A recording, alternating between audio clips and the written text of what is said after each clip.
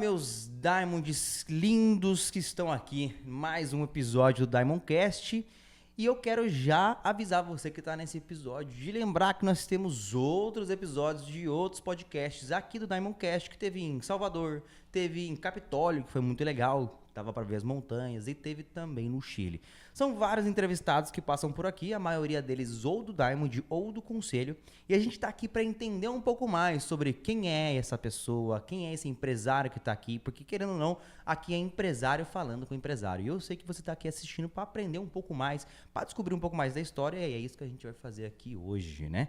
Então, aproveite que tem muito episódio legal, cada episódio é uma personalidade diferente, às vezes é um host diferente, às vezes é um entrevistado, a maioria das vezes é um entrevistado diferente, só que as histórias são diferentes. Porque às vezes a gente aprende coisas com uma fala que às vezes a gente não se tocava. Teve um episódio aqui que a gente fez com o Ângelo que ele falou muito sobre a importância do compras, que a maioria das pessoas pensa no vendas, então tem que pensar no compras, que é ali onde você vai conseguir lucrar melhor, porque você pode diminuir o custo da sua empresa, logo ganhar mais dinheiro. Então são coisas assim que fazem esse episódio ficar interessante. Mas hoje, deixar um pouquinho de lado, eu quero chamar um entrevistado aqui, uma pessoa do Diamond, que já está há um bom tempo no Diamond, que vai trazer um conhecimento que eu gosto muito e eu espero que ele traga esses e tantos outros, mas deixa eu que ele mesmo se apresente. Então, seja muito bem-vindo, meu querido Augusto. Como é que você tá, meu piá? Fala, galera, tudo bem? Augusto aqui. Muito bem também. Obrigado pelo convite aí, pela oportunidade de falar um pouco da história. E é isso aí, que você também já foi um host, mas agora você está aí sentadinho como um entrevistado, né? Exatamente. Meu querido, primeiro, se apresente, fale o que você faz, o que você gosta de fazer. Ah, eu gosto de jogar tênis, não isso, mas eu gosto.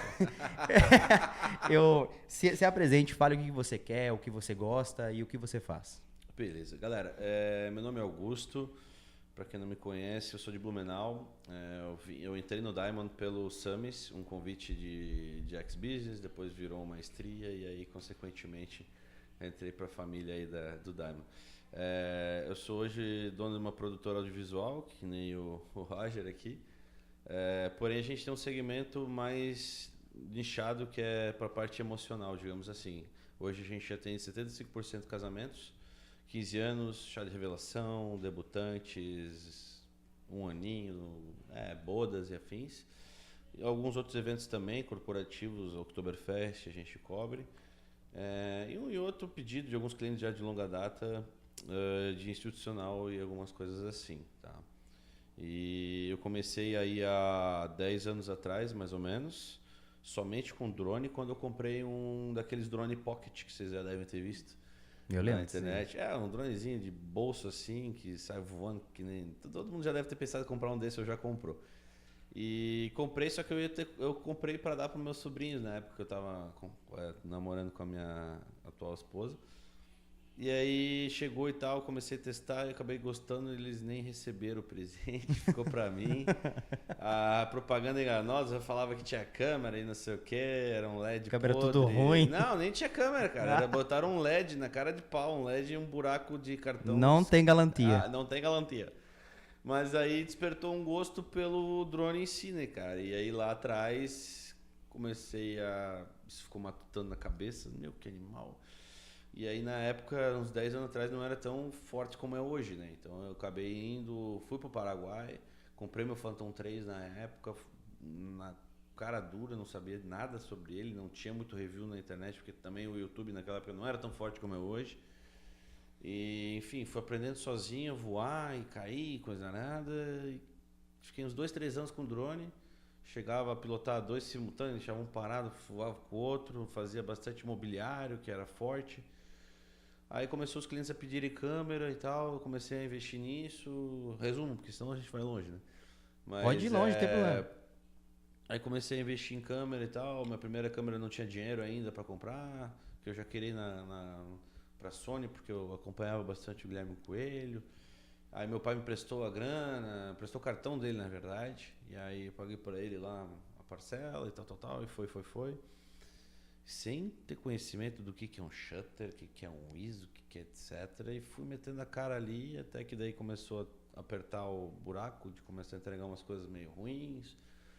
E aí tive que ir atrás de ter esse conhecimento, né? Aí começou a evoluir de uma forma assim legal. Antes da pandemia eu já estava com 2 funcionários. Aí infelizmente a pandemia veio, eu segurei 6 meses eles ainda e acabei tendo que desligar em comum acordo. Aí voltou a pandemia, fiquei um tempo sozinho, daí já comecei a recontratar. E aí a gente começou a entrar já estava num boom grande, assim, porque a volta da pandemia a gente estava com conhecimento alto, equipamento bom, só que faltava mesmo pessoas, não tinha uma conexão muito alta ainda com muita gente, que nem hoje eu tenho lá na região. E aí, cara, a gente estourou muito. E aí começou os casamentos, que a gente atende há 5 para 6 anos. A gente tem mais de 120 casamentos executados e entregues. Então hoje a gente tem quase 90% de indicação. Isso é muito bom pra gente, que a gente não precisa fazer divulgação quase nenhuma. É o melhor tipo de venda. O vendedor é o nosso cliente, né? E a assertividade também está em 87%, 90%, também é muito bom, porque a gente sempre tenta deixar o máximo de informação possível captada, que nem o André falou ali no episódio que fui o host, sobre fazer o máximo de pergunta possível para o cliente, porque ele absorve tudo que ele precisa e entrega o mais assertivo, né? Então isso é um grande slogan nosso, que na verdade, nosso slogan é eternizando o momento, sejam eles quais forem. Prezando qualidade, custo-benefício e agilidade também. Hoje a gente tem um índice de entrega muito rápido, por a gente ter equipe própria. Então, um casamento hoje a gente entrega em 7 dias. Por exemplo, hoje a gente consegue atender eu digo quase, mas é quase sempre 3 eventos simultâneos. A gente tem pessoal fixo, mas a gente tem mais 12 freelancers da região, então a gente tudo de confiança, tudo pessoal que trabalha de longa data comigo, que eu posso largar lá de olhos fechados e vão executar.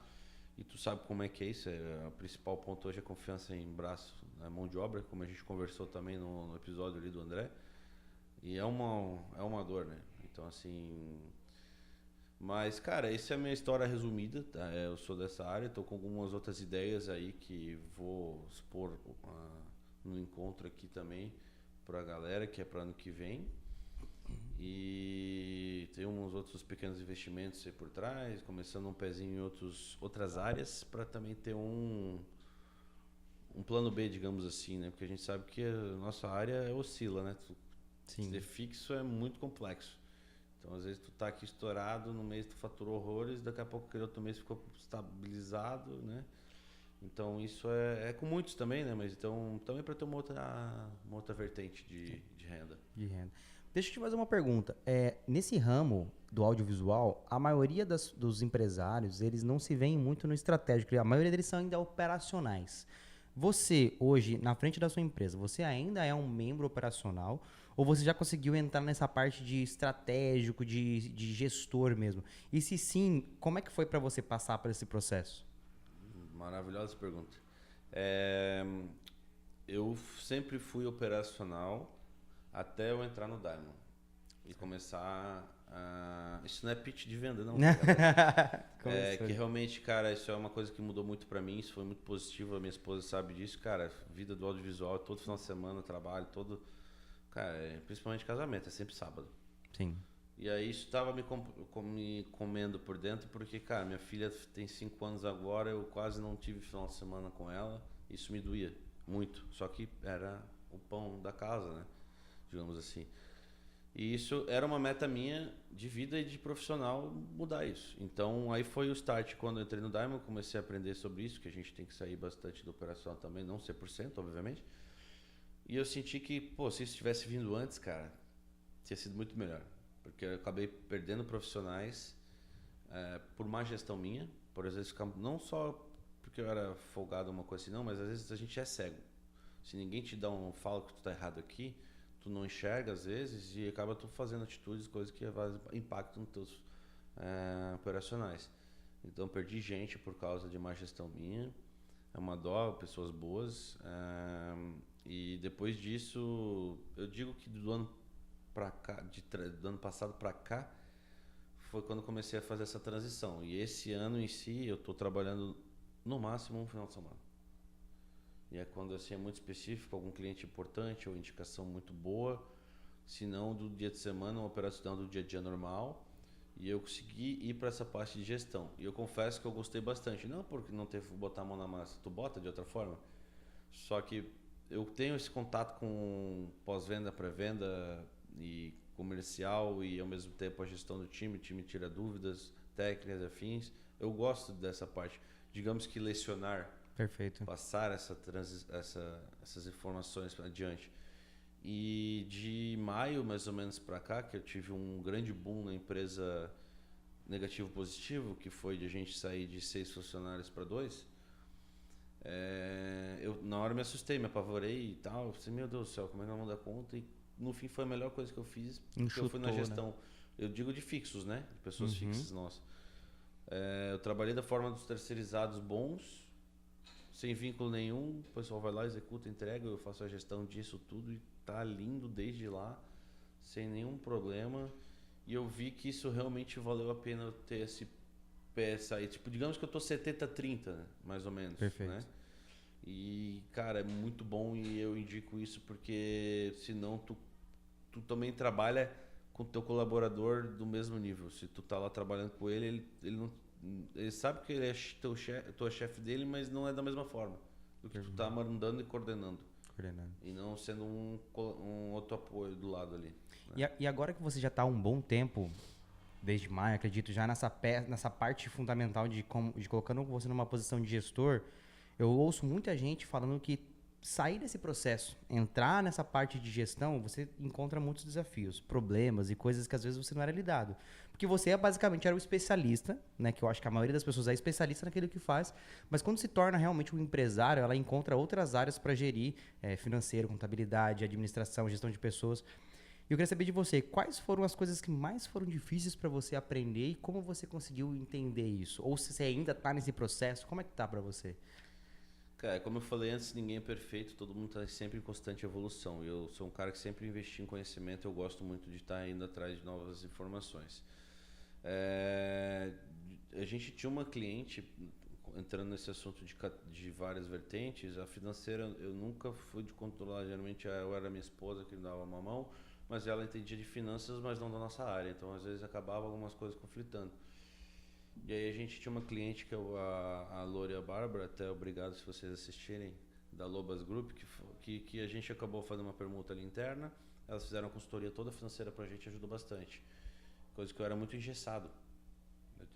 Não digo preconceituoso, mas eu não dava bola. E, cara, fazia todo sentido. Eu usava Excel, nada contra, mas Sim. Não tinha um sistema, não tinha nada. Então hoje eu tenho CRM, tenho tudo bonitinho. Ajudaram um monte a gente. Né? E nesse ponto, por exemplo, foi uma dificuldade. A gestão de pessoas em si, para mim, não foi tão dificultoso, porque eu consegui captar aqui dentro muita informação, muita ajuda de outros membros, outros parceiros do Diamond que já passaram por parecido e conseguiram dar esse auxílio. Isso é muito importante, esse apoio também, porque tu tá sozinho é complicado. E tu botar outra pessoa de cargo alto também é complicado, tem que ter uma confiança nela. Então hoje, digamos, tu vira tua blindagem, tu vira teu escudo da empresa. Tem um problema lá, tu não, no meu caso, né, não tem quem vai lá resolver para ti. Vamos lá, é pós-venda, vamos trabalhar isso aqui para não perder cliente. É preço, beleza, vamos trabalhar no preço. Então, a dificuldade com certeza tem e sempre vai ter. Mas eu acho que o grande ponto está em respirar fundo, buscar ajuda, que não é vergonhoso buscar ajuda. Perfeito. É mais certo buscar ajuda e dar um passo meio certo, pelo menos, do que às vezes tu, por impulso, por algum outro, vai lá e tu dá um passo errado, tu acaba quebrando um vínculo com o cliente ou dando um prejuízo financeiro ou coisas desse sentido. Então acho que esse é o caminho. É engraçado, né? Isso que você falou, eu acho que é a mais pura verdade, que a maioria dos empresários, por algum motivo, não sei se isso é um reflexo do que a gente vê de empresários grandes, que a gente acha que a gente nunca precisa pedir ajuda. Que a gente, mesmo enfrentando problemas, a gente tem que se virar sozinho. Depois que eu saí do operacional e fui pro estratégico, foi um choque tão grande quanto você falou. E foi quando eu entendi que era a hora de eu pedir ajuda. Era a hora de eu me colocar numa posição de falar assim, se alguém sabe mais que eu, me ajude. Porque nesse processo eu vou aprender e logo eu posso ajudar outras pessoas. E foi deixar isso. o ego de fora. Né? Exato. E isso no grupo, por exemplo, no grupo de amigos que eu tenho empresários, eu comecei a me tornar uma referência de um consultor deles. Por quê? Porque outra pessoa me ajudou. Então, eu tô passando esse elo de ensinamento para eles e eu acho muito legal. Mas eu acho que o mais louco de tudo, de tudo que eu acho que nós que somos da parte criativa, né, a gente não entende muito nem sempre a gente, na verdade, quase nunca a gente consegue fazer as coisas sozinho. Quanto mais pessoas nós tivermos no nosso ciclo nos ajudando a fazer o negócio acontecer, não só como um sonho nosso, mas um sonho em conjunto, eu acho que as coisas começam a acontecer. Eu acho que é muito difícil, não só da nossa hora, mas vamos supor, pegar um advogado, um psicólogo, seja o que for, eles acham que é só eles que vão resolver o problema. Eu acho que essa barreira é difícil. Como foi pra você quebrar essa barreira? Tem aquele velho ditado que eu gosto muito disso, eu levo pra vida, que é sozinho tu sobe mais rápido até, mas juntos tu vai mais longe. Perfeito. Então, que bonito, isso eu cara. levo muito pra mim. Eu era e ainda sou um pouco orgulhoso, mas graças a essa rede de amigos, a minha esposa também me ajudou bastante nisso, que eu sou alemão, sou cabeça dura, 880. Mas isso eu consegui quebrar bastante esse paradigma e eu acho que o que tu falou é exatamente isso. O pedir ajuda não quer dizer que tu é ruim. Cara, todo mundo que eu conheço, todo mundo que tu vê na internet já pediu ajuda pra alguém. Ninguém sabe tudo. Então vai ter um momento. E às vezes tu pecar pelo pedir ajuda, pela vergonha, pelo ego, por orgulho, pode te causar cifrão, pode te causar não só financeiramente, mas às vezes pode causar, às vezes, um relacionamento, às vezes pode perder o cliente, um amigo, por causa disso. Então, não, acho que é um dos pilares, pedir ajuda quando a hora é certa. Não bater de frente, eu até tenho tatuado um tanque de guerra, porque eu sempre achei que eu era um tanque de guerra. Até eu ver que eu tava quase perdendo minha empresa, chorando nos braços da minha esposa, porque por ego. E isso é uma coisa que a gente aprende a quebrar aqui, isso é muito bom. Isso foi uma coisa que me mudou bastante. Eu acho que realmente a gente quer bater no peito tudo sozinho, sendo que a gente não precisa, né? Não. Tamo aí pra... Ninguém tem blindagem. Não tem blindagem. Deixa eu te fazer uma pergunta. Eu sempre faço isso com outros Diamonds, porque cada um tem uma visão muito diferente. Mas você que é da área do audiovisual, como você vê que está o mercado hoje de negócios? O que você vê que está faltando? O que você vê que está acontecendo? Para onde você acha que vai esse mundo? Vai ter crise? Não vai? Nessa sua visão, como é que você está imaginando o mercado atual? Eu acompanho muito política, não porque eu gosto. Perfeito. Ninguém gosta de política, eu acho. Mas, e longe de falar de partidos, enfim, vou falar no contexto geral.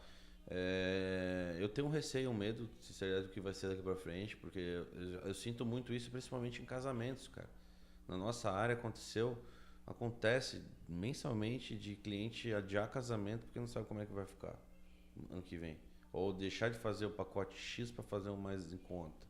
Só para casar, digamos assim. E isso impacta o financeiro.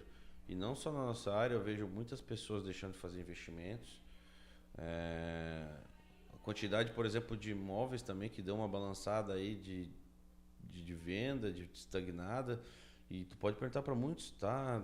Tem às vezes as fases ainda que continuam, algumas categorias que não são impactadas, mas eu vejo num contexto geral do que está rolando em tudo, não só no Brasil, mas guerra, escambau, isso tudo impacta indiretamente. Eu acho que assim, é uma fase, assim como veio a pandemia também na parte de saúde, foi uma fase, foi um negócio. E eu acho que isso não tem como ficar para sempre, né? Mas deu uma balançada, sim. Se continuar, tende a piorar. Mas a gente vai ter que se adaptar como foi também na pandemia, eu acho, do meu ponto de vista. Porque a gente mudar por nossa conta, muito difícil. A gente consegue alguma coisa do jeito que tá. Mas eu acho que é adaptar mesmo e sentar e observar. Deixa eu trocar de assunto também. tem uma coisa que eu quero te dar uma liberdade que eu dou para pouquíssimas pessoas aqui. E eu quero ver se você aceita ou não isso aí. Toda profissão tem um desafio entre quem fornece o produto ou serviço e quem compra ele. E às vezes tem alguns problemas que nenhum nem outro se entendem. Eu queria que você tivesse um momento agora para defender a sua profissão, para ver se isso faz sentido ou não para você. Existem coisas que o cliente não entende sobre o que vocês fazem. E às vezes isso gera algum problema. Eu queria que você falasse sobre isso como se você estivesse falando para um cliente. Então, por exemplo, deixa eu até te exemplificar. A maioria dos clientes acham que editar um vídeo é apertar um botão. Apertar 2 botões, ligar a câmera e fazer. Eu queria que você tivesse esse espaço para defender a ideia, até mesmo sobre casamentos, que eu acho que é uma parte muito específica do seu trabalho. Tá. Vou botar um valor ilusório aqui, só pra gente ter um norte. O cliente vem pra mim, vamos lá, vamos fechar um casamento aqui, R$3.000, 4.000. Não, fala ali, vamos uma média nossa lá, R$5.000 no casamento. Beleza. Não, muito caro. Clássico. Normal. Beleza. Eu tenho meus pontos de defesa que são, tudo bem. Pense bem quem você vai botar para registrar um dos momentos mais importantes da sua vida, por causa de dinheiro. E a maioria deles tem condições de pagar essa diferença. Tem conhecidos que prostituem o mercado? Tem gente que faz por 2,5 um casamento. Eu acho isso um absurdo, mas tudo bem. Cara, a gente vai com quase 200 mil de equipamento. E aí o cara reclama de gastar 5 mil num casamento. 200 mil investido em qualidade, 6 anos em casamento de experiência, mais 120 casamentos executados sem nenhum problema, nenhum processo em cima das costas por algum problema que a gente não entregou. É tudo redondinho e ali está o valor. Fora que eu já casei, então eu sei também o quanto é importante esse momento. Isso eu digo não só para o casamento, né, mas qualquer outro serviço que a gente venha a executar. E defendendo não só a mim, mas todos da área, não é só apertar um botão de REC. É sobre tempo de estudo para tu aprender a editar um vídeo, é tempo de estudo para tu saber o que o cliente quer, do jeito que ele quer entregar em tempo rápido, do que ele fazendo sozinho vai ficar horrível. Estudo em cima do equipamento que tu vai colocar, porque não é só comprar qualquer câmera, não é só comprar qualquer lente. Comprou um kit errado, já vai dar ruim. Então, assim, posicionamento de luz, que nem aqui tá lindo, maravilhoso.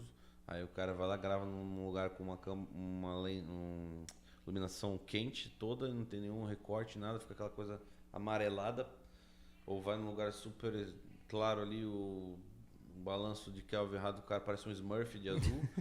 Então, tipo assim, são esses estudos, essas besteirinhas que estão embutidas no valor da gente. Eu acho que assim, não tem gente que faz com o celular, tem gente que faz com o celular, beleza, mas é aquilo ali que tá ali e acabou. Nada contra. Eu acho que assim, o criativo, a pessoa que tem essa perspectiva são pessoas que gostam de registrar o momento. E se elas gostam de registrar aquele momento, é porque elas querem te trazer o que é importante pelo preço justo. Perfeito. Ela vai casar ali, provavelmente espero que uma vez só. Então, não tem uma segunda vez para gravar. E quando aparece aquelas tia no massa, tá colocando o celular na frente, o que você faz? Você pede para ela sair? Isso, graças a Deus, ficou muito comum, mas a gente sempre tem uns apoios das cerimonialistas que já pedem. Faz sentido. Tem alguns casamentos assim que é até comum recolherem. Passa uma caixinha no para não colocar o celular. E às vezes até os noivos pedem para evitar já antes, tal, ou pastor, padre.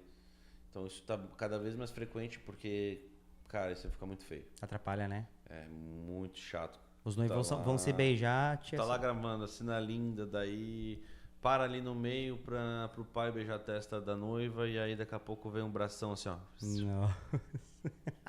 Que não tem nem como tu cortar. Vai cortar a noiva junto. Que terror, hein, cara? Pra nós, beleza, né? Quem vai passar vergonha é quem botou a mãozona, mas pro vídeo fica... Mas atrapalha, né? Atrapalha. Exato. Tu sabe disso e tem um momento que tu não tem o que fazer, né? Exato. É um problema. Maninho, deixa eu te fazer uma uma pergunta específica que eu tô fazendo para alguns convidados sobre a Diamond. Eu queria saber uma coisa. Você já falou bastante sobre como foi para você, mas eu queria saber o que te incomodava a ponto de você tomar a decisão de vir para Diamond e como que tá sendo para você resolver esses problemas, assim? Boa pergunta. O que me incomodava é a limitação de crescimento. Perfeito. Eu sentia que eu conseguia vender o quanto eu quisesse, mas eu não tinha um norte para, às vezes, executar, ou pessoas para gerir, para saber como executar, toda essa parte administrativa por trás, que eu nunca tive experiência. Eu sempre fui CLT, empresas boas e grandes, mas eu nunca fui gestor de ninguém. Isso foi um dos pontos, né? A grande barreira foi essa transição, porque a gente deu um boom muito grande, que não falei, a gente saiu de MEI para limitada, daí eu não entendia nada de tributo, essas coisas tudo, e eu preciso de um contador mesmo ou não, nada disso. Então não foi só a indicação do meu amigo Samis, mas obviamente que ali foi um grande veredito, porque eu sempre tive, que nem eu falei antes, eu sempre tive um ego e um orgulho muito grande, eu nunca fui a favor e confiei nesses cursos, essas coisas de workshop, blá, blá, blá. Eu sempre fui contra. E ele, vindo dele, que era de confiança, eu falei, não, vou dar um voto de chance. No X eu já brilhei o olho, já saí de lá louco, com milhares de anotações no bloquinho. E tanto que fizeram o pitch do maestria, eu já saí correndo. Vai agora. Vou lá e agora. Se eu ficar pensando, não vai dar boa. Foi a melhor coisa que eu fiz. E no maestria sem choro também, no mesmo dia já falei, não, é o meu. Vamos dar-lhe. Você ganhou até um apelido, né? Fala qual que é o seu apelido. Vai, fala. O primo rico da Shopee. Agora nem tanto, que eu cortei cabelo, barba, mas naquela época ali, do ano passado, ele tava bem igual o barbudo, com o cabelo mais comprido. Primo rico. E assim, cara, muito importante pra mim, não é pitch mesmo aqui meu, é de coração. Agradeço a todos, sem exceção. Tem muitos ainda novos ou mais veteranos que eu não conversei ainda e quero conhecer todos mais a fundo. Cara, é uma família, minha segunda família, e eu levo isso e vou levar, e ainda vou tatuar também, porque isso mudou minha vida positivamente, não só na PJ, mas eu levei muita coisa pro pessoal. Perfeito. Eu agradeço até de coração. Que massa. E agora, para finalizar, se você puder deixar um conselho para todo mundo que está te assistindo, um conselho de empresário, um conselho de vida, o que você achar que você gostaria de compartilhar, esse é o seu momento. Eu vou compartilhar o que eu sempre levei para mim, é um grande ditado e é comum, mas é o que funcionou para mim. Persista e insista. Que se você não tentar, você não vai saber se vai dar certo. Se der certo e errar, você sabe onde errou, pode tentar consertar ou né, trocar ali pro outro ramo, mas se você não tentar e não arriscar, não vai saber. E se persistir, às vezes você está errando, mas você está errando uma besteirinha. Por isso que entra aqui na rede de apoio e ajuda.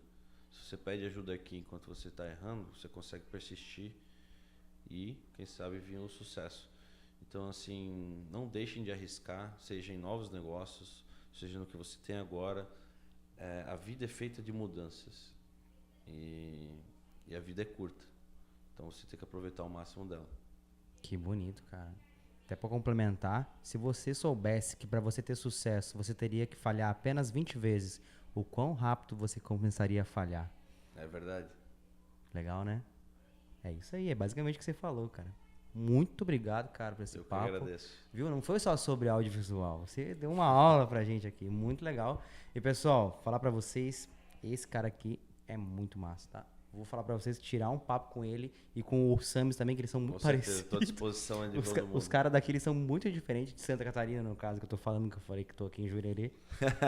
mas foi um prazer, tá? Que bom. Prazerzaço. Que legal conversar. E, deixa suas redes sociais aí. Claro. Galera, Augusto, meu pessoal é augusto.vw, que é meu sobrenome. E o profissional, vocês podem puxar Wartung, W-A-R-T-U-N-G. Calma aí. Wartung, W-A-R-T-U-N-G. Se for no meu pessoal, já vai estar lá também na bio, o perfil. Aí tem as duas vertentes nossas, que a gente tem o perfil só de casamento e o outro normal, que é geral. Show de bola. Beleza, galera? Brigadão. Pessoal, muitíssimo obrigado. Não esqueça dos outros episódios aí que a gente tem do Diamondcast e até a próxima.